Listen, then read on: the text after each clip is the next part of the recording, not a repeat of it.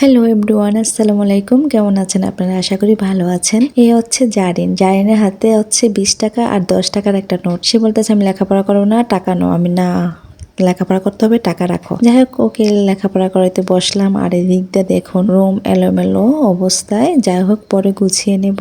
আর এখন জানালা পাশ দিয়ে এখন একটু বাইরের দৃশ্য দেখাইলাম। আর আমার বড় মেয়ে আমাকে কি দিয়েছে দেখুন, একটা চকলেট ক্যান্ডি আর একটা হার্ট শেপ কাগজে। যাই হোক, আর এখানে আছে শুকনা বড়ি, যা আমাদের গাছে হয়েছিল, শুকিয়ে রেখে দিয়েছি। আর এখানে একটা ডিম সিদ্ধ করে রেখেছি। কেন জানেন, সেহারির সময় 3টা ডিম সিদ্ধ করেছি, কিন্তু 2টা খেতে পেরেছি, কিন্তু একটা খেতে পারি নাই, তাই রেখে দিয়েছি একটা। আর এখানে চুলার পার চলে আসলাম। এটা হচ্ছে মেয়েদের একটা খুব শখের একটা জায়গা, আবার অনেক বিরক্তরও একটা জায়গা। যাই হোক, এখানে মারিয়ামের সুজি বসাই দিলাম। আর এটা হচ্ছে আমার কারেন্টের চুলা।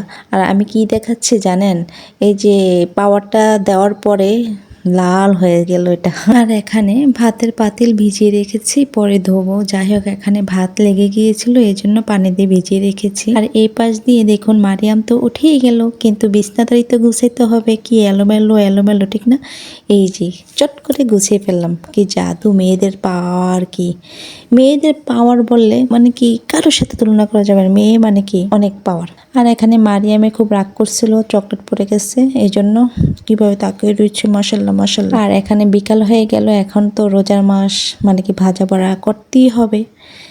এই যে বেগুন ভেজে নিলাম। আর এক হাতে কি বাটা যায়? এক হাতেই বাটলাম কষ্ট করে। ডালে বড়া বানাবো। আর এখানে সব কিছু ভাজা পোড়া শেষ। এখন বাচ্চাদেরকে নিয়ে, আমার সাহেবকে নিয়ে আমরা খেতে বসবো।